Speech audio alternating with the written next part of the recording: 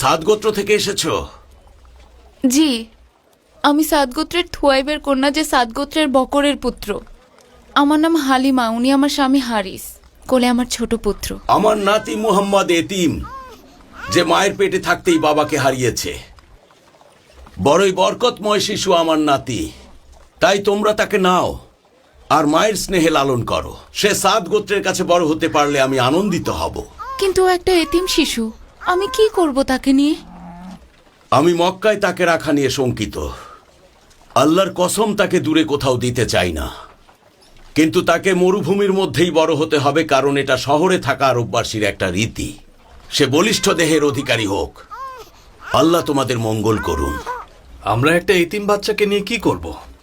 আমরা খুবই গরিব, অনুর্বর ভূমিতে বসবাস করি। সব সময় আমাদের বেঁচে থাকার লড়াই চলে, যতক্ষণ না আমাদের ক্ষুধা গ্রাস করে। দুধ কিংবা মাংস খাওয়া তো আমাদের কল্পনারও বাইরে। শান্ত হও বাবা, শান্ত হও। কাবার মালিক নিশ্চয়ই তোমাকে রক্ষা করবেন। ও তোমার বাচ্চা? হ্যাঁ, আমার। মোহাম্মদ ওর মতো ছোট একটা বাচ্চা। ওকে নিয়ে যাও, ওরা দু ভাই একসাথে বড় হবে। বিশ্বাস করুন, আমি আপনাকে নিরাশ করতে চাই না। আপনাকে দেখেই আমার মনে হচ্ছে আপনি খুব ভালো একজন মানুষ। কিন্তু আমার কি করার আছে বলুন? আপনি দেখুন না, আমার বাচ্চাটা ক্ষুধায় কেমন চিৎকার করছে। আমার বুকে তার জন্য যথেষ্ট দুধ তৈরি হচ্ছে না। আমি নিজেই জানি না আমি কি করব। ঠিক আছে, তোমরা যাও। আল্লাহ তোমার মনের আশা পূর্ণ করুক।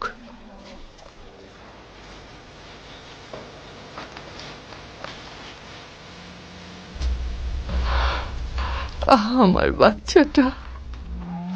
এতিম হওয়াটা একটা শিশুর জন্য অভিশাপের মতো।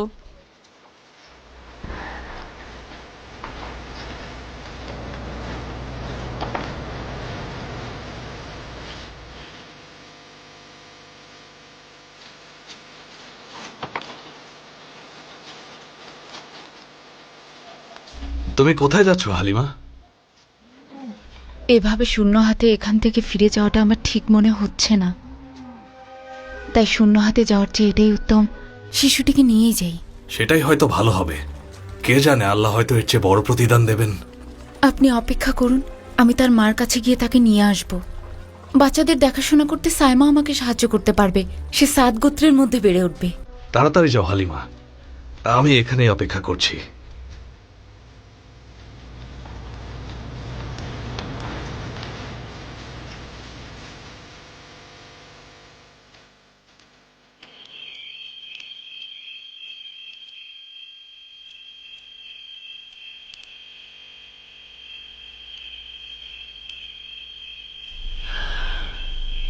এদিকে এসো বারাকা।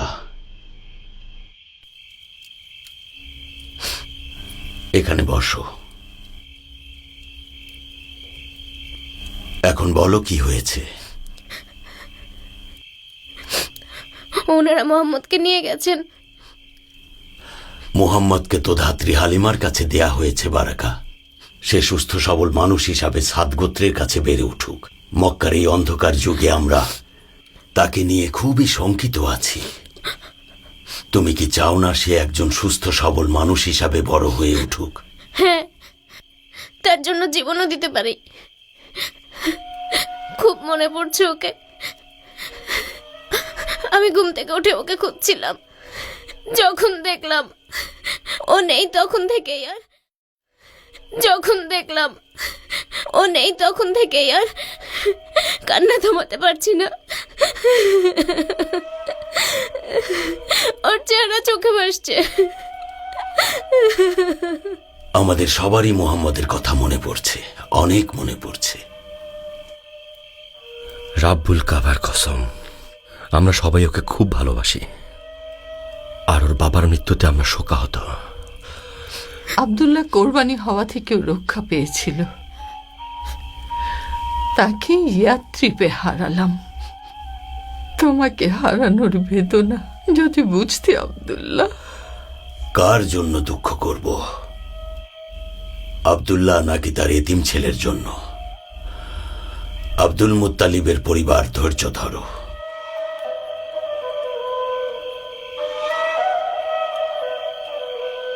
বিশ্বাস করো উম্মে ইকরাম, আমি একটা কারণেই শিশুটাকে নিয়ে এসেছি। সে এতিম, তাকে কেউ নিচ্ছিল না। আমি তাকে নিয়ে ফেরার উদ্দেশ্যে রওনা হলাম। তাকে আমার বুকে ধরে রেখেছিলাম। হঠাৎ দেখি সে আমার দুধ পান করছে, তার পূর্ণ পরিতৃপ্তি নিয়ে। তারপর আমার বাচ্চা পান করলো, যতক্ষণ না সে পরিতৃপ্ত হলো। এরপর আমার স্বামী আমাদের উটের কাছে গেল, দেখলো উটের বাট দুধে পরিপূর্ণ। সেই দুধ আমরা পরিতৃপ্তি করে খেয়ে সবাই ঘুমোতে যাই। আমার বিশ্বাস তুমি বরকতময় একটা শিশু আমার ঘরে এনেছো হালিমা।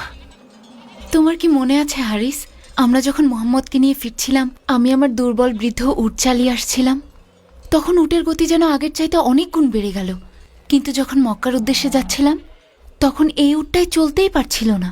আমার বান্ধবীরা জিজ্ঞাসা করলো, এটা কি সেই উট? আমি বললাম হ্যাঁ। তারা বলল আশ্চর্যজনক। দুধটুকু খেয়ে নাও হালিমা, আপনিও নিন উম্মে ইকরাম।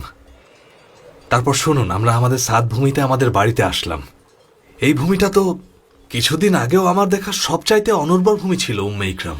আমি কি মিথ্যা বলছি? ঠিকই বলেছ হারিস। তোমার কি মনে নেই আমাদের অবস্থা? হ্যাঁ, মনে আছে। আমরা যখন আব্দুল্লাহর পুত্র মোহাম্মদকে নিয়ে এখানে ফিরে এলাম, আমাদের সবকিছু কিভাবে যেন পাল্টে যেতে শুরু করলো। আমার গবাদি পশুগুলোকে ছেলেদের সাথে মাঠে ঘাস খেতে পাঠাই, ফিরে আসে দুধে পরিপূর্ণ হয়ে। আমরা সবাই পরিতৃপ্তি নিয়ে পান করি। যেখানে সাত গোত্রের অন্য কেউ এক ফোঁটাও দুধ পাচ্ছে না, তারা তাদের রাখালদের কি বলে জানো? তোমরা যাও, অনুসরণ করে দেখো হালিমার পুত্ররা কোথায় পশু চড়ায়। মোহাম্মদ আমাদের জন্য সৌভাগ্য এনেছে। ও এখন কোথায়? ও ভাইদের সাথে পশু চড়াতে গিয়েছে। মাত্র 2 বছর বয়স, অথচ দুধ ছাড়িয়ে দিয়েছি। এই বাচ্চাটা আমাদের কাছে আমানতের মতো হালিমা। ওকে ওর পরিবারের কাছে ফিরিয়ে দেওয়ার সময় চলে এসেছে। হ্যাঁ আমি জানি হারিস, কিন্তু আমি যে ওকে ছাড়া থাকতে পারবো না। ওর মা আমিনা যদি আরো 2টা বছর আমাদের কাছে ওকে রাখার অনুমতি দিতেন। আমি নিজেও চাই ও আমাদের সাথে থাকুক, কিন্তু যেটা নিয়ম সেটা তো আমাদের মানতেই হবে, তাই না? আব্বা, ভাই মোহাম্মদকে নিয়ে কি বললে? আমরা ওকে ওর পরিবারের কাছে ফিরিয়ে দেব।